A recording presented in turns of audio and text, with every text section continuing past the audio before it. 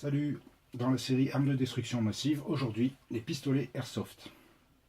Donc ce sont des pistolets à air comprimé qui tirent des petites billes en plastique, comme celle-ci, voilà, d'un calibre de 6 mm. Et particulièrement en ce qui me concerne, ce seront des pistolets dits spring en anglais ou à ressort en français. Donc je n'utilise pas le terme spring anglais pour me la péter, hein. C'est que spring ou ressort, les deux termes sont couramment utilisés. Donc, comme vous avez pu le voir dans le titre ou la description, je ne suis pas expert en la matière, donc ce sera juste une petite causerie sans façon. Simplement si ça peut aiguiller certains ou motiver certains. Parce qu'en fait je veux montrer que parfois si on a le budget, encore que pour ce type d'arme le budget n'est pas énorme, mais tant qu'à faire, autant prendre de la qualité. Alors, je vais vous montrer mes trois petits joujoux. Donc le premier, alors celui-là je l'ai depuis une éternité. Et je crois que c'est un truc que j'avais dû payer. C'était encore en francs à l'époque, donc c'est un truc que j'avais dû payer vraiment pas cher du tout. Et ça se voit tout de suite pourquoi, parce qu'en fait, bon, tout en plastique. Bon voilà, c'est une reproduction d'un Colt 45 ou 1143 comme on dit chez nous, millimètres. Donc absolument tout en plastique, de A à Z. Il y a juste le chargeur qui est métallique.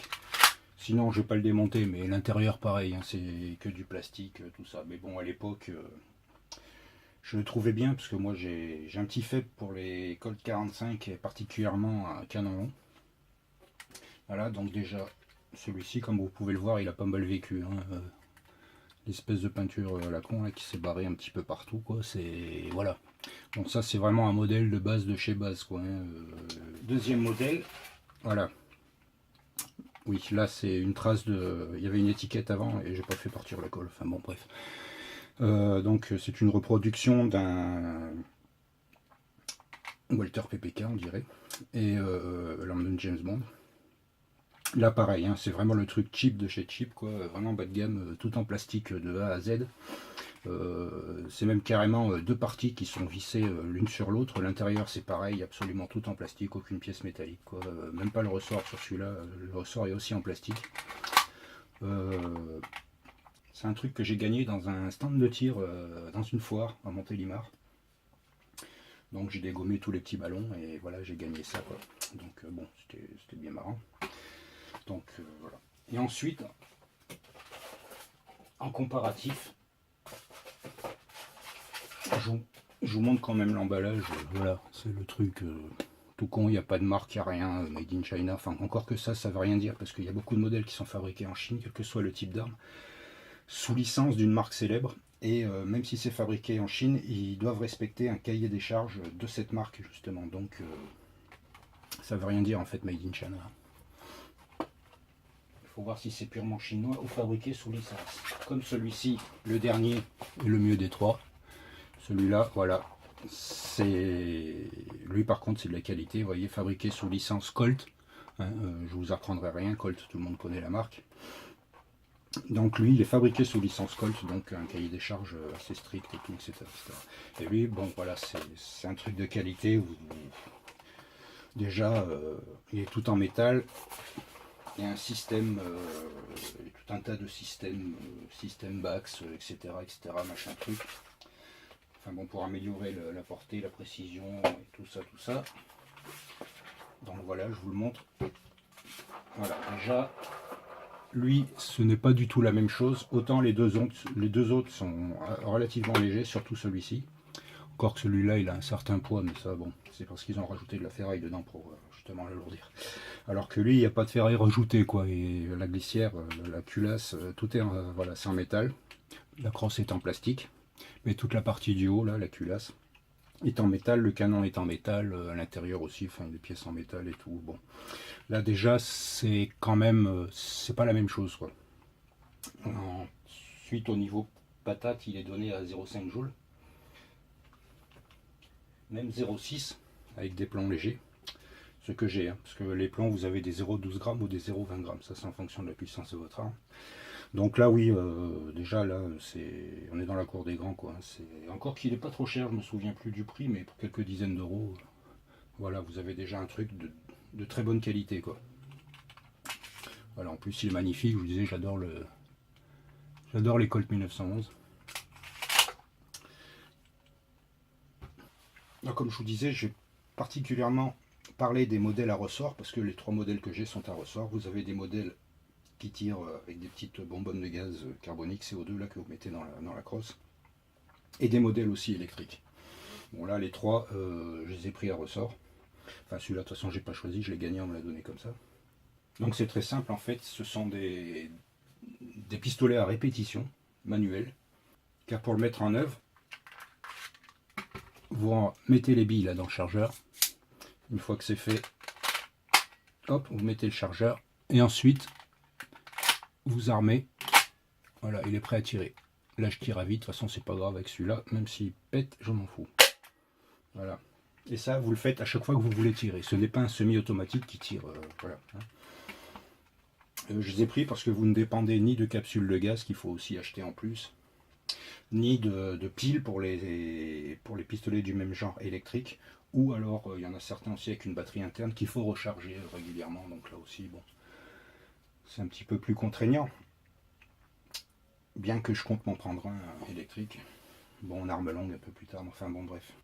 Quitte à choisir, autant prendre un modèle le plus en métal possible, au niveau solidité. Enfin, bon, c'est psychologique en même temps, hein, parce que maintenant ils font quand même des plastiques genre ABS très très solides. Donc je pense que même un modèle ABS de bonne qualité, ça fera amplement l'affaire. Parce que là, bon, les modèles en plastique comme ça, ils sont entièrement en plastique, ça fait vraiment léger. Alors celui-là, c'est encore pire. C'est vraiment léger, ça fait vraiment top, quoi. Là c'est cheap, c'est cheap comme on dit, hein, ça fait, bon, je traduirais ça par top, quoi, c'est du top. Et ceci dit, ça tire, il n'y a pas de problème, ça tire aussi, mais bon, comparé à ça, où là vraiment vous avez quelque chose de qualité, quoi, ça se voit tout de suite, vous voyez, énormément de parties en métal, voilà, la finition est plus que correcte, elle est même très très bien, quoi, très bonne finition. Il n'y a rien à dire, quoi, hein, pour quelques dizaines d'euros, vous avez quelque chose quand même qui vaut le coup. Ensuite, bon, au niveau patate et précision, alors ce sont des armes airsoft à billes, donc ne comptez pas faire des concours à 25 mètres avec, quoi, vous serez très, très mal barré. C'est vraiment fait pour tirer de très près, c'est pour s'amuser, c'est pour tirer sur des petites boîtes, des trucs comme ça, bon, etc. Ou ceux qui font de l'airsoft, ils se tirent dessus avec, mais bon, moi c'est pas mon cas. Je m'amusais avec mon fils aîné lorsqu'il avait 12-13 ans. Voilà, on tirait sur des feuilles de papier, on faisait des trous dedans, c'était rigolo, quoi. Bon, bien entendu, je ferai des petits essais sur cible.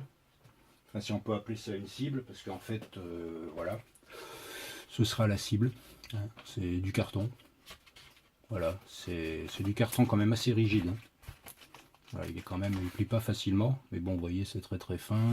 Là, je ferai un petit rond rouge au milieu, et je vais tirer là-dessus à 5 mètres, pour voir un peu les différentes patates selon le pistolet. Tant et si bien qu'on puisse le voir sur la vidéo. Mais bon, à mon avis, les deux là, surtout celui-ci, on verra la différence, surtout celui-là, quoi. En fait, paradoxalement, celui-ci a beaucoup moins de patates que ce petit machin en plastoc tout léger, là. Évidemment, celui-là, il en a encore plus, mais bon, voilà. Donc, premier essai, avec cette réplique de Colt 1911 à canon tout en plastique entièrement, même le canon. Fabriqué on ne sait pas trop où, modèle de base à 2 balles. Donc je vais juste montrer comment ça se charge, mais je le ferai qu'une fois, hein, je ne le ferai pas pour les deux autres. Donc c'est tout simple. Là vous avez un petit bouton, ici, vous appuyez dessus, voilà, ça libère le chargeur. Ensuite, vous prenez vos billes. Enfin, moi je vais en prendre 5. Voilà. Hop, vous prenez votre chargeur. En général, il y a un petit cran. Voilà, ce petit cran là. Vous voyez, C'est un petit ergot qui dépasse. Bon, on le voit peut-être pas là, mais enfin c'est pas grave. C'est pour descendre le ressort. Vous introduisez vos billes. 1, 2, 3, 4 et 5. Vous remontez l'ergot tout doucement. Vous engagez le chargeur. Voilà, il est chargé. Et ensuite, pour tirer, c'est très simple. Vous mettez la culasse à l'arrière et vous relâchez. Voilà, c'est prêt. Donc, on va y aller. Tir à 5 mètres. Pour les 3 modèles, ce sera à 5 mètres. Avec des billes de 0,12 grammes. Et bien entendu, je l'ai dit tout à l'heure, ce sont des modèles à répétition. Donc, pour chaque bille, il faut réarmer à chaque fois, pour chaque coup. C'est parti.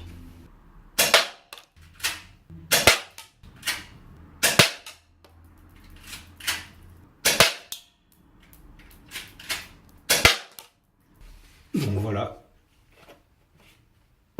comme vous pouvez le constater, il n'y a absolument aucune trace, quasiment aucun impact.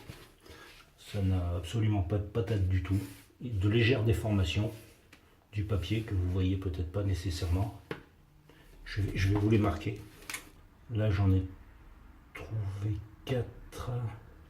Je sais absolument pas où a tapé la 5e bille. Donc voilà, comme vous pouvez le constater, bon, le groupement à 5 mètres sur 4 billes, parce que la 5e, franchement, je vois pas où elle a tapé, je ne vois pas de marque. Donc voilà, pas de patate du tout. Voilà. Oui, vous m'excuserez pour toutes les ombres et la lumière qui est pas terrible, mais je savais pas trop d'endroits où tirer, parce que dehors il y a beaucoup de vent, donc avec des billes aussi légères, c'est même pas la peine. Oui, donc j'ai retrouvé le 5e coup en fait en allant à la lumière du jour. C'est celui-là là, qui est tout en bas. Voilà. Donc deuxième essai, toujours 5 coups, toujours avec des plans de 0,12 grammes, toujours à 5 mètres. Cette fois-ci avec le petit rikiki en petit plastique tout fin, tout léger. Mais dit on ne sait pas où. Voilà. Ça c'est le chargeur, mais enfin bon. Voilà. Allez hop, c'est parti.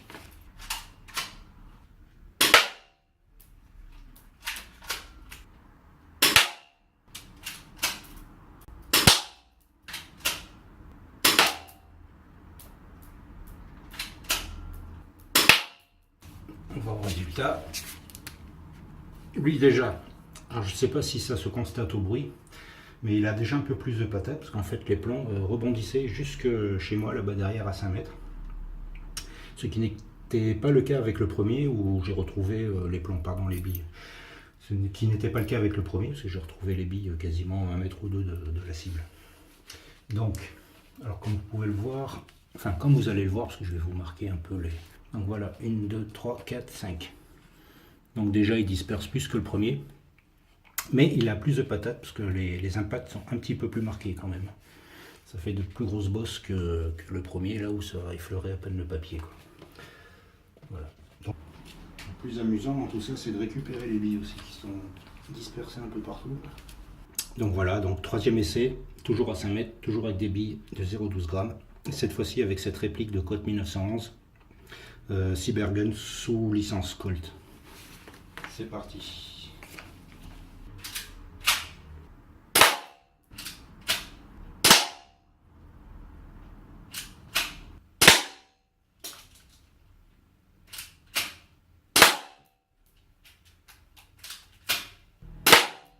Donc, hop, bon ben là, hein, comme vous le voyez, il n'y a pas photo. Là, les impacts sont bien marqués. Un ici,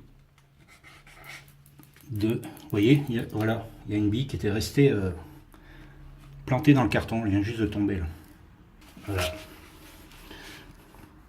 C'est les petits carrés. 1, 2, 3, 4 et 5. Donc vous voyez, oui, comme je disais, donc les impacts sont beaucoup plus marqués. Là, ça a carrément troué le papier. Et il y a même une bille qui s'est plantée dans le carton et qui est tombée quand j'ai manipulé un peu ma petite cible. Donc il n'y a pas photo, hein, vous voyez. Donc faut pas hésiter à mettre un petit peu plus au niveau prix pour avoir quand même quelque chose de relativement valable. Mais j'ai oublié de préciser, c'est un modèle qui est donné à 0,6 joules, données constructeur. C'était donc ma petite contribution. Et je vous remercie d'avoir suivi jusqu'au bout. Et je vous dis à bientôt. Salut!